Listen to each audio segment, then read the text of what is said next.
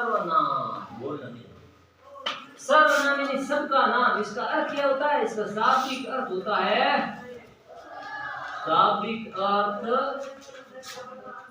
सबका नाम, सबका नाम। सर्वनाम एक विकारी शब्द है। कैसा शब्द है?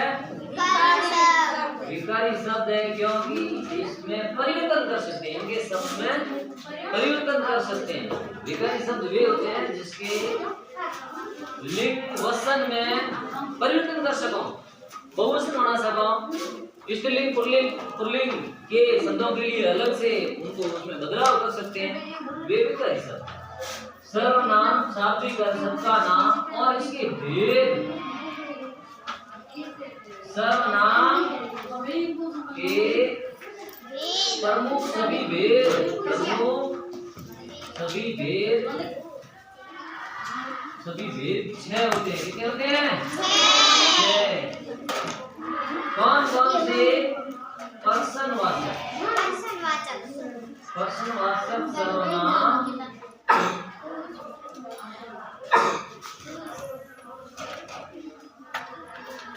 पुरुषवाचक सर्वनाम, पुरुषवाचक सर्वनाम, निश्चयवाचक सर्वनाम,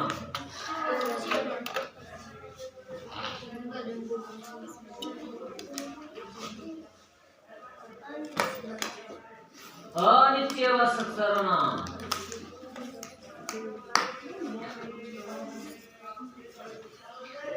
अनिश्चयवाचक सर्वनाम, मृदुवाचक सर्वनाम,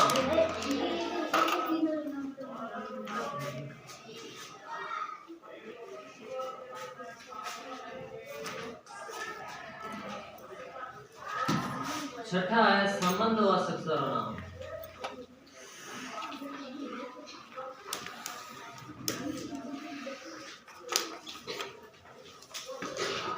ये सर्वनाम के 6 भेद होते हैं। पर्सनवाचक सर्वनाम, पुरुषवाचक सर्वनाम, निश्चयवाचक सर्वनाम, अनिश्चयवाचक सर्वनाम, मृदुवाचक सर्वनाम और संबंधवाचक सर्वनाम। सर्वनाम के मूल शब्द, सर्वनाम मूल शब्द तो वो 11 होते हैं। सर्वनाम मूल शब्द वो अलग है, वो 11 होते हैं। मूल शब्द होते हैं 11। कितने होते हैं? 11 होते हैं। 11 कौन कौन से? मैं, तुम, आप, यह,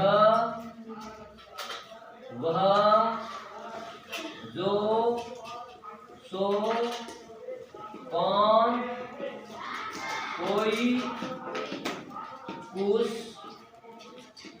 क्या। 1 2 3 4 5 6 7 8 9 10 और 11। कितने होते हैं? 11।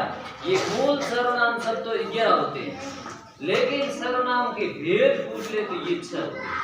ये 6 होते हैं। इनका 6 का अलग अलग प्रयोग होता है। प्रश्नवाचक सर्वनाम शब्द किसी से प्रश्न करने की स्थिति का बोध करवाते हैं, किसी से प्रश्न करने के लिए काम आते हैं। जैसे क्या, कब, किसको, किसे, क्या, कब, किसे। फिर इनके अलग अलग रूप है। किसको, विकारी रूप अलग अलग है इसके। किसको, किससे,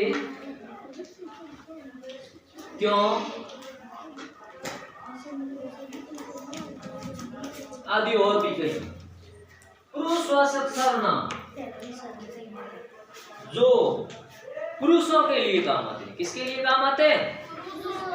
पुरुषों के लिए। यहाँ पुरुष का मतलब है स्त्रीलिंग और पुल्लिंग दोनों। वे सर्वनाम शब्द जो किसी पुरुष के लिए काम आते हैं, वे पुरुषवाचक सर्वनाम होते हैं। पुरुषवाचक का मतलब ये केवल पुल्लिंग से नहीं लेना है, यहाँ पे समझना है स्त्रीलिंग और पुल्लिंग दोनों, स्त्रीलिंग और पुल्लिंग दोनों। और पुरुषवाचक के 3 भेद हैं। कितने भेद हैं? 3 भेद हैं। प्रथम पुरुष, फिर मध्यम पुरुष,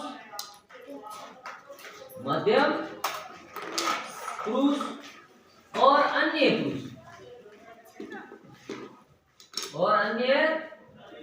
पुरुष, प्रथम पुरुष को उत्तम पुरुष भी कहते हैं। संस्कृत में उत्तम पुरुष भी आता है, उत्तम पुरुष। तो प्रथम पुरुष वे सर्वनाम शब्द जो किसी पुरुषों के लिए, पुरुष जाति के लिए काम आते हैं। उस पुरुष जाति में स्त्रीलिंग पुल्लिंग दोनों। जैसे मैं, मेरा, मुझे, इस प्रकार के सर्वनाम शब्द अपन बोलते नहीं बोलते। जैसे मैं संज्ञा के लिए काम आता, मेरे लिए मैं शब्द काम लूंगा, मैं, मेरा, मुझे। तो मुख्य तो मैं और हम दोनों ही है। फिर इसके विकारी रूप, इसके परिवर्तित रूप अलग अलग है। जैसे मैं एक वचन में हूं तो मैं, मेरे लिए सर्वनाम शब्द कौन सा काम लूंगा? मैं। अगर एक से अधिक है तो अपने लिए कौन सा सर्वनाम शब्द काम मिलेगा?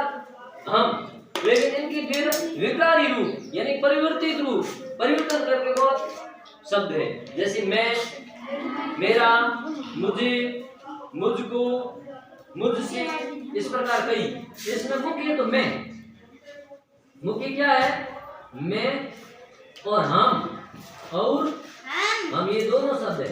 मध्यम पुरुष में तुम, आप, तुम और आप, या तू, तुम भी आता, तू, आप, तुम, आप। अन्य पुरुष में यह, वह, ये और वे, ये मुख्य शब्द है। फिर इनके विकार रूप, विकारी रूप कहिए। उनका, उनसे, उन्होंने, इन्होंने, बहुत सारे और अलग शब्द हैं जिनके विकार रूप के यानी परिवर्तित रूप के बहुत और शब्द हैं। कई शब्द वाक्य में आते हैं, पर मुख्य तो यही है। तो वे सर्वनाम शब्द जो किसी पुरुष जाति के लिए काम आते हैं, उसमें मध्य पुरुष, उत्तम पुरुष यानी प्रथम पुरुष, और मध्य पुरुष और अन्य पुरुष। प्रथम पुरुष जैसे मैं बोलने वाला, मैं वक्ता, बोलने वाला, जिन सर्वनाम शब्दों का प्रयोग मैं मेरे लिए करता हूं वे प्रथम पुरुषवाची है। मध्यम पुरुषवाची तुम, श्रोता, सुनने वाले, वे सर्वनाम शब्द जो श्रोताओं के लिए काम आते, सुनने वालों के लिए काम आते, वे मध्यम पुरुषवाची सर्वनाम शब्द है। जैसे तुम, आप। अन्य पुरुषवाची सर्वनाम शब्द मतलब जो अन्य पुरुष के लिए, वक्ता और श्रोता को छोड़ करके अन्य तीसरे के लिए जिन सर्वनाम शब्दों का प्रयोग होता है वे अन्य पुरुषवाची सर्वनाम शब्द होते हैं। जैसे यह, वह, ये, वे। यह एक वचन है, बहुवचन में तो ये, वह एक वचन है, बहुवचन में बताएंगे वे। जैसे मैं वक्ता हूं, बोलने वाला, तुम श्रोता, सुनने वाले हो। अपन किसी अन्य तीसरे की बात करें, अन्य किसी तीसरे की बात करें तो तीसरे व्यक्ति के लिए जिन सर्वनाम शब्दों का अपन प्रयोग करेंगे वे अन्य पुरुषवाची सर्वनाम शब्द होते हैं। होते नहीं होते? जैसे मैं कोई बताऊं तुम्हारे को, जैसे हिंदी की महान कवियत्री महादेवी वर्मा, जो हिंदी की एक अच्छी लेखिका थी, उसने बहुत सारी कविताएं लिखी। तो अपन तीसरे की बात कर रहे हैं नहीं कर रहे? उसने शब्द लिया या उन्होंने शब्द काम में लेंगे, रोज उनके लिए ले रहे हैं। आदरा के रूप में उनको मतलब आप भी कह सकते हैं। महान कवियत्री थी, आपने अपने जीवन काल में बहुत सारी अच्छी अच्छी कविताएं लिखी, तो आप शब्द आदरा के रूप में काम लेते हैं। तो ऐसे सर्वनाम शब्द जो वक्ता और श्रोता दोनों को छोड़ करके अन्य तीसरे के लिए जो काम आते हैं वे अन्य पुरुषवाची सर्वनाम शब्द कहलाते हैं। और अन्य में आप भी ले सकते हैं। यहाँ आप का मतलब आदरार्थ रूप में काम ले रहे हैं। किसमें ले रहे हैं? आदरार्थ।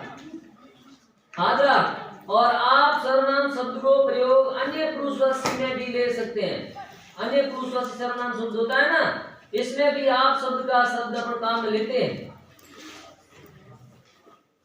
आप शब्द का आप सर्वनाम का प्रयोग यहाँ भी काम में लेते हैं।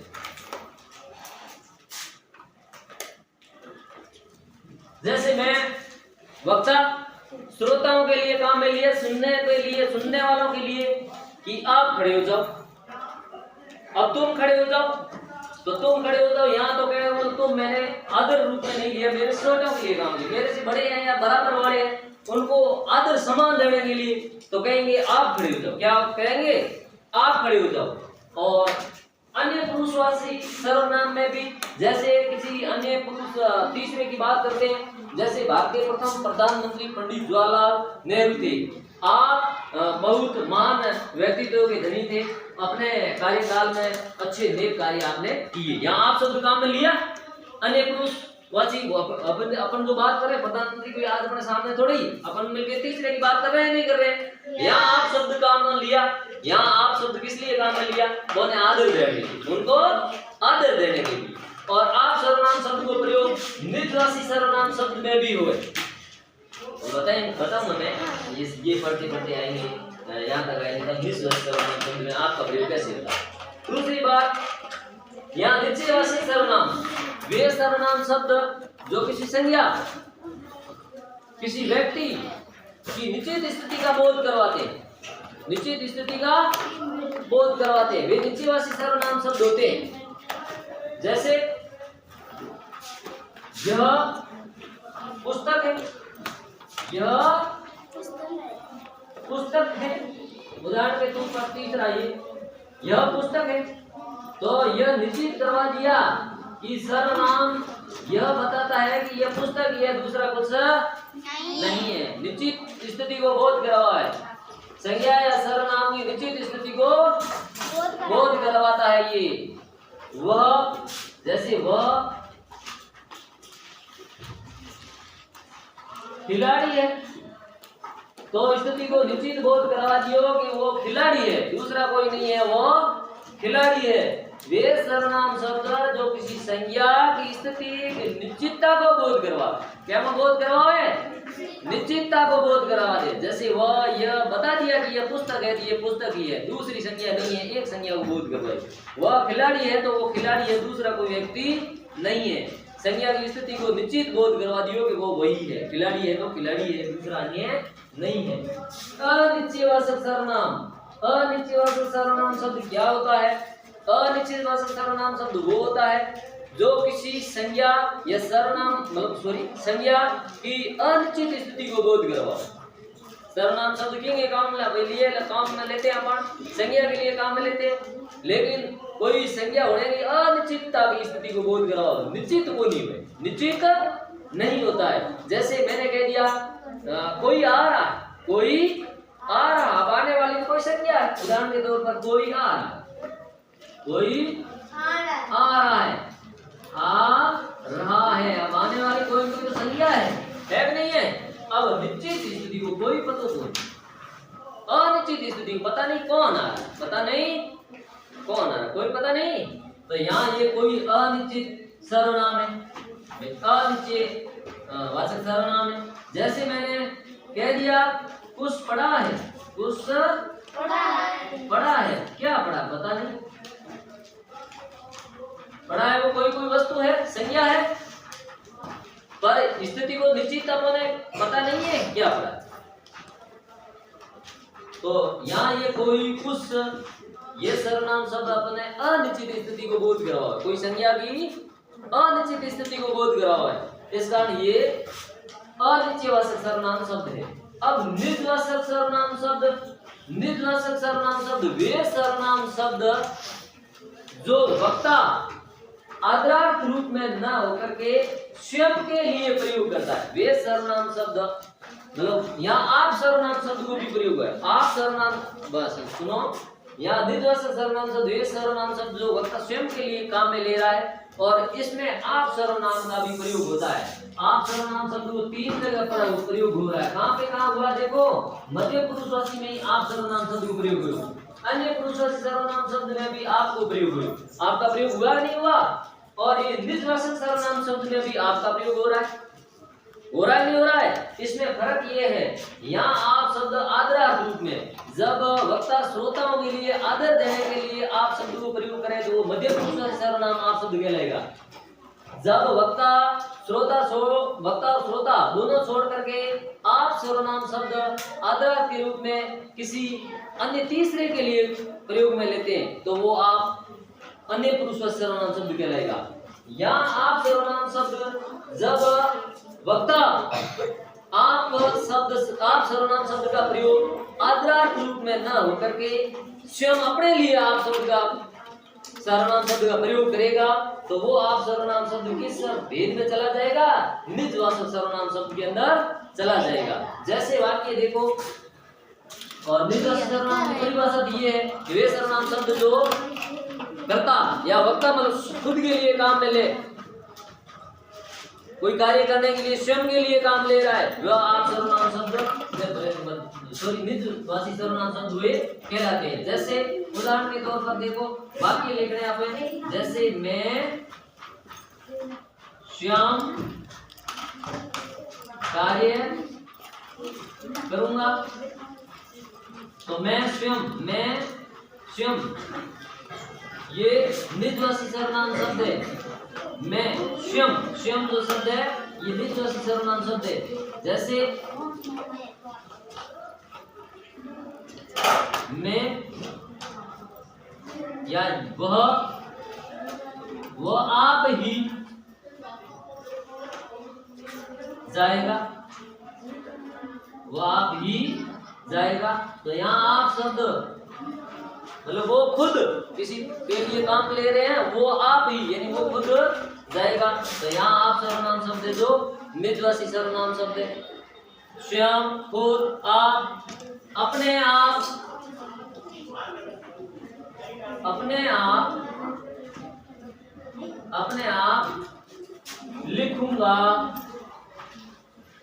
लिखूंगा। ध्यान देखो, लिखने वाला अपने आप सर्वनाम शब्द के किसका प्रयोग ले रहा है? अपने आप यानी स्वयं, खुद के लिए, ये निजवाची सर्वनाम शब्द है।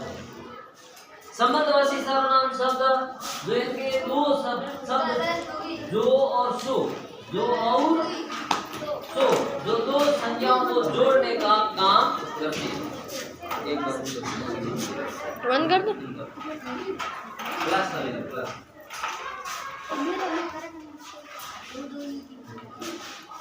मैसेज मेरे